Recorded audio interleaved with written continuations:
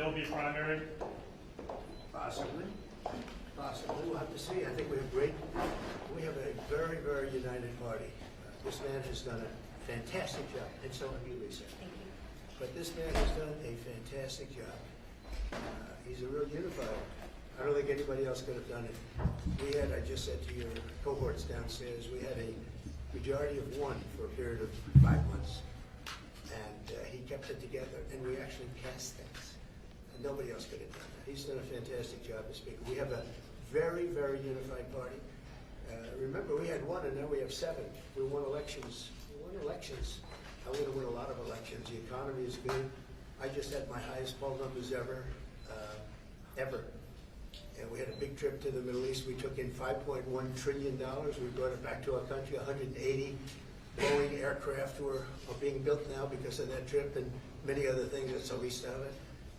The economy is doing great. The stock market's higher now than when I came to office, and we've taken in hundreds of billions of dollars in tariff money, and we've had no inflation. You know, they kept saying inflation.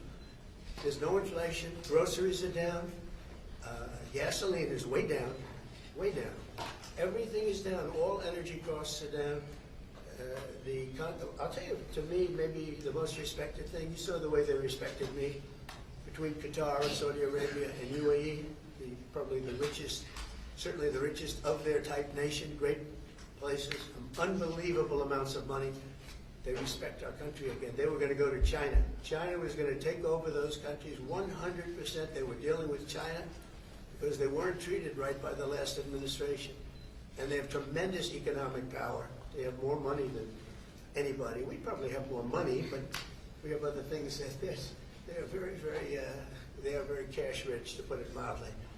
And they're spending 5.1 trillion. Probably it's going to be 7 trillion by the time we stop. And somebody said every other president goes and leaves and spends money, gives other countries money. I'm the only one that goes and takes money back.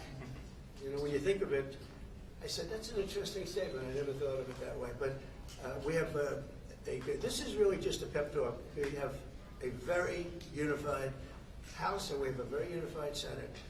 And Mike is doing a phenomenal job as Speaker. He's going to be there a long time. And we have a man in the Senate, our leader, Thune.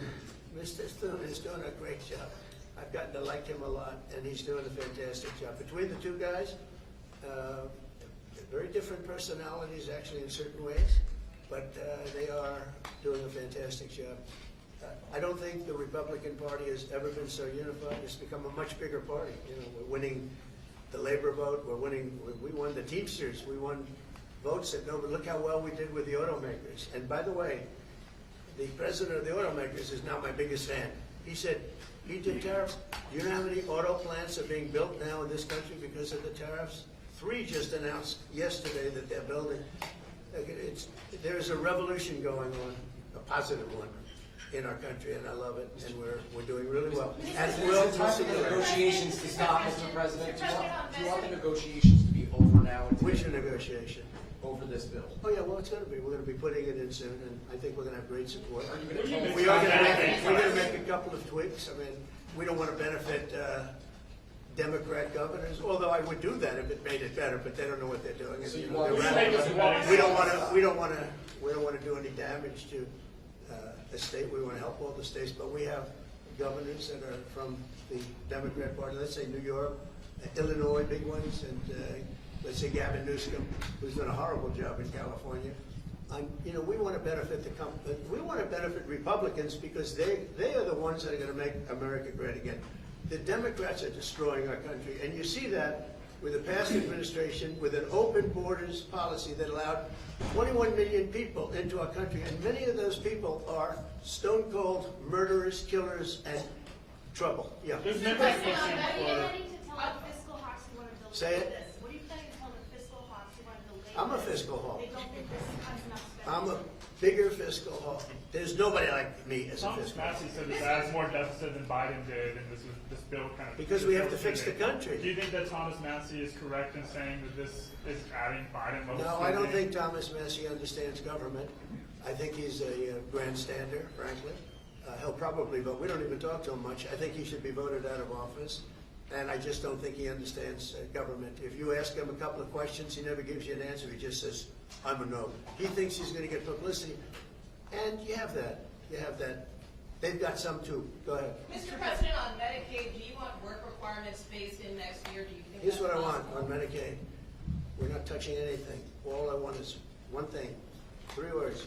We don't want any waste, fraud, or abuse. Very simple. Waste, fraud, abuse. Other than that, we're leaving it.